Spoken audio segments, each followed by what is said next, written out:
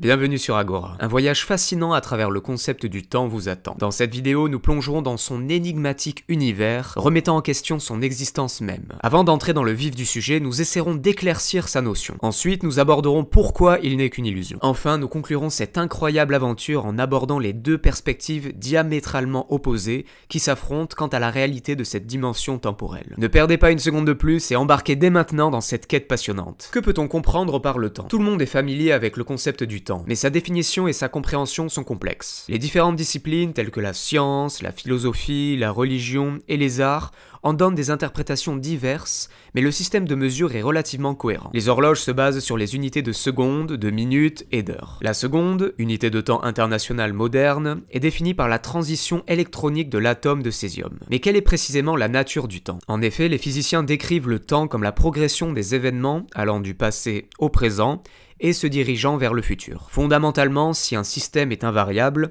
il est atemporel. Le temps peut être considéré comme la quatrième dimension de la réalité, utilisée pour décrire les événements dans un espace à 3 dimensions. Il ne s'agit pas d'une entité tangible que nous pouvons voir, toucher ou goûter, mais nous pouvons en mesurer l'écoulement. Par ailleurs, les équations physiques demeurent valables que le temps progresse vers le futur, temps positif, ou vers le passé, temps négatif. Néanmoins, dans le monde naturel, le temps possède une direction spécifique connue sous le nom de flèche du temps. Ainsi, la question de savoir pourquoi il est irréversible demeure l'un des plus grands mystères non résolus en science. Une explication possible réside dans le fait que le monde naturel obéit aux lois de la thermodynamique. La deuxième loi de la thermodynamique stipule que dans un système isolé, l'entropie du système reste constante ou augmente. Si nous considérons l'univers comme un système isolé, son entropie, c'est-à-dire que le degré de désordre, ne peut jamais diminuer. En d'autres termes, l'univers ne peut jamais revenir exactement à l'état qu'il avait à un moment antérieur. Donc le temps ne peut pas faire marche arrière. En mécanique classique, il est identique en tout point. Des horloges synchronisées restent en accord. Cependant, nous savons grâce à la théorie de la relativité restreinte et générale d'Einstein qu'il est relatif. Il dépend du cadre de référence de l'observateur. Cela peut entraîner une dilatation temporelle où son intervalle entre les événements s'allonge ou se dilate à mesure que l'on se rapproche de la vitesse de la lumière. Les horloges en mouvement se déroulent plus lentement que les horloges fixes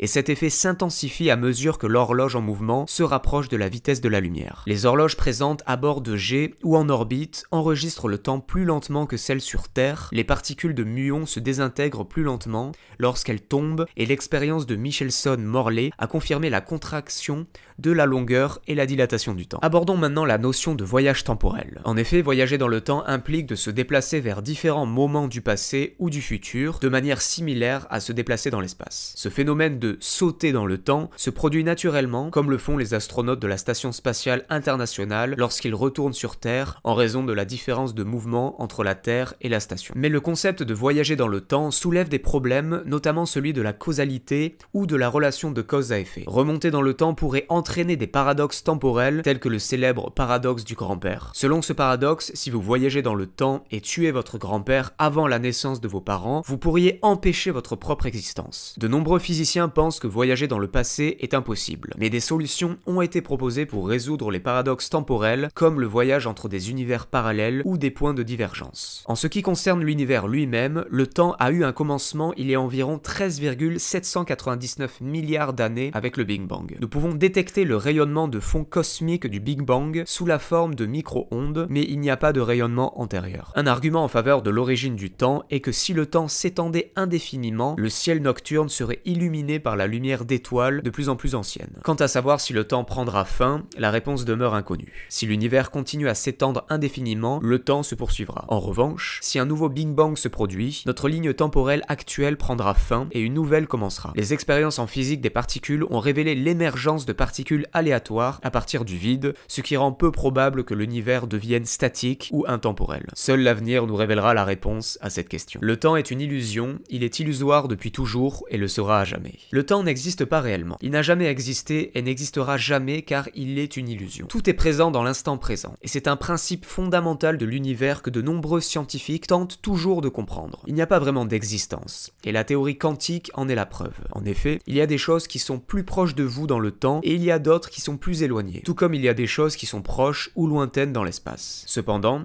l'idée qu'il s'écoule devant vous est aussi absurde que d'avoir une conception de ce que l'espace suggère. En réalité, le défi du temps a commencé il y a un siècle lorsque les théories formulées par Albert Einstein, la relativité restreinte contraintes et la relativité générale l'ont remis en question en tant que constante universelle. Une des conséquences est que le passé, le présent et le futur ne sont pas absolus. Les théories d'Einstein ont également ouvert une brèche dans la physique car les principes de la relativité générale qui décrivent la gravité et la structure à grande échelle de l'univers semblent être en désaccord avec ceux de la physique quantique qui régissent le monde de l'infiniment petit. Selon la théorie spéciale de la relativité d'Einstein, il n'y a aucun moyen de définir des événements qui se produisent simultanément par tout le monde. Deux événements qui peuvent se produire au même moment, maintenant, auront lieu à des instants différents pour ceux qui suivent un rythme différent. D'autres percevront un maintenant différent qui peut inclure des éléments liés à leur situation, mais peut-être que ce n'est pas le cas. L'image résultante est familière en tant que tonalité de l'univers, une vision improbable depuis un point de vue extérieur dans un espace-temps particulier. Il est impossible de marquer ce que l'on considère comme le maintenant, avec un point rouge, mais il n'y a rien de distinctif à cet endroit, excepté votre présence. Le passé et le futur n'ont pas de distinction physique, tout comme la gauche et la droite. Les équations de la physique ne révèlent pas quels événements se produisent à l'instant présent, elles sont comme une carte sans l'indication « vous êtes ici ». Le moment présent n'est pas présent dans ces équations et donc le passage du temps non plus. De plus, les théories de la relativité d'Albert Einstein semblent suggérer que non seulement il n'y a pas de moment privilégié,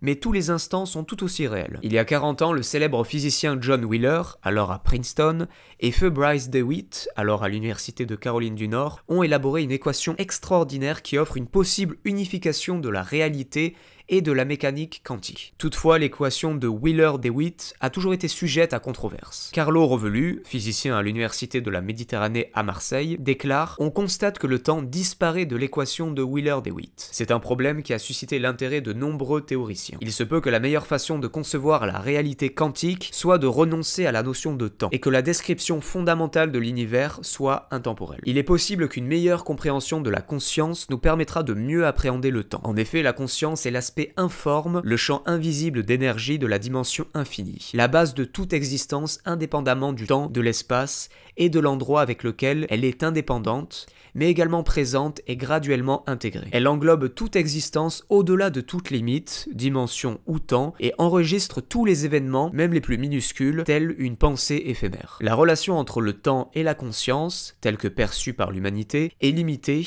alors qu'en réalité, elle est sans limite. La solution radicale de Julian Barbour au problème du temps en physique et en cosmologie est la suivante. Le temps n'existe pas. Il affirme, lorsque vous essayez de saisir le temps, il glisse toujours entre vos doigts. Les gens sont convaincus que le temps est présent, mais ils ne peuvent pas le saisir. Mon opinion est qu'ils ne peuvent le capturer car il n'est pas réellement là. Sa perspective extrême découle de nombreuses années de recherche approfondie dans les domaines de la physique classique et quantique. Quant à Isaac Newton, il considérait le temps comme une rivière qui s'écoule au même rythme partout. Par ailleurs, Einstein a transformé cette conception en unifiant l'espace et le temps en une entité 4D. Cependant, même lui n'a pas remis en question la notion du temps en tant que mesure du changement. Barbour perçoit chaque instant individuel comme un tout complet et existant pleinement. Il désigne ces instants comme des maintenant. Alors que nous vivons, nous avons l'impression de nous déplacer à travers une succession de maintenant, explique-t-il. Pour lui, chaque maintenant est une configuration de l'ensemble de l'univers. Il dit alors, nous avons une forte impression que les objets occupent des positions définies par rapport aux autres. Mon objectif est d'abstraire tout ce que nous pouvons pas voir directement ou indirectement et de simplement retenir l'idée que de nombreuses choses coexistent simultanément. Il n'y a que les maintenant, rien de plus, rien de moins. Ces maintenant peuvent être comparés à des pages d'un roman arraché du livre et dispersées au hasard sur le sol. Chaque page est une entité distincte qui existe indépendamment du temps, en dehors du temps. En les disposant dans un ordre spécifique et en les lisant progressivement, une histoire se dévoile. Cependant, peu importe la manière dont nous organisons les pages, chacune est complète et autonome. Comme il le souligne, le chat qui saute n'est pas le même chat qui atterrit. Selon lui, la physique de la réalité se résume à ces maintenant, pris ensemble comme un tout. Il n'y a pas de projection du passé vers le futur. Au lieu de cela, toutes les configurations possibles de l'univers, tous les emplacements possibles de chaque atome dans la création coexistent simultanément. Ces maintenant existent tout en même temps dans un vaste royaume platonicien totalement dépourvu de temps. Notre illusion du passé découle du fait que chaque maintenant contient des objets qui semblent semblent être des archives selon Barbour. La seule preuve de la semaine dernière, par exemple, est votre mémoire. Mais la mémoire provient de la structure stable des neurones dans votre cerveau en ce moment. Les seules preuves que nous avons du passé de la Terre sont les roches et les fossiles. Cependant, ce ne sont que des structures stables sous forme d'agglomérats minéraux que nous examinons dans le présent. Tout ce que nous avons, ce sont des archives et vous ne les possédez que dans ce maintenant. Le terme mécanique quantique utilise le mot mécanique pour décrire quelque chose de prévisible, constructible, une chose que l'on peut connaître. Cependant, l'univers quantique dans lequel nous vivons, que nous l'acceptions ou non, peut sembler mécanique et linéaire au premier abord, mais il ne l'est pas. Il serait peut-être plus approprié de le décrire comme une multitude infinie de possibilités d'action linéaire. Si nous devons donner un nom à ce processus mystique, appelons-le écologie quantique, plutôt que mécanique quantique, car il émane de l'intérieur. Tout provient de l'invisible de la même manière que tout être vivant. En mécanique quantique, toutes les particules de matière et d'énergie peuvent également être considérées comme des ondes. Et les ondes ont une propriété inhabituelle. Un nombre infini d'entre elles peuvent exister au même endroit. Si un jour il est démontré que le temps et l'espace sont constitués de quanta, ces quanta pourraient tous coexister entassés ensemble en un point unique et sans dimension. Le paradigme dominant actuel affirme que si quelque chose ne peut pas être expliqué, détaillé, analysé et documenté par des processus de réflexion scientifique linéaire, alors c'est absurde. Si vous avez une explication spirituelle de l'existence humaine, vous êtes considéré comme un fou vivant dans un monde utopique. La pensée scientifique affirme que tout dans l'univers doit pouvoir être expliqué uniquement par des preuves scientifiques. Si on ne peut pas le mettre dans une boîte avec une étiquette, on oublie. Le comportement des particules quantiques ne peut pas être expliqué uniquement par la science. C'est-à-dire qu'il ne peut pas être expliqué par la pensée, car la pensée, par nature, fonctionne à partir de la réalité des choses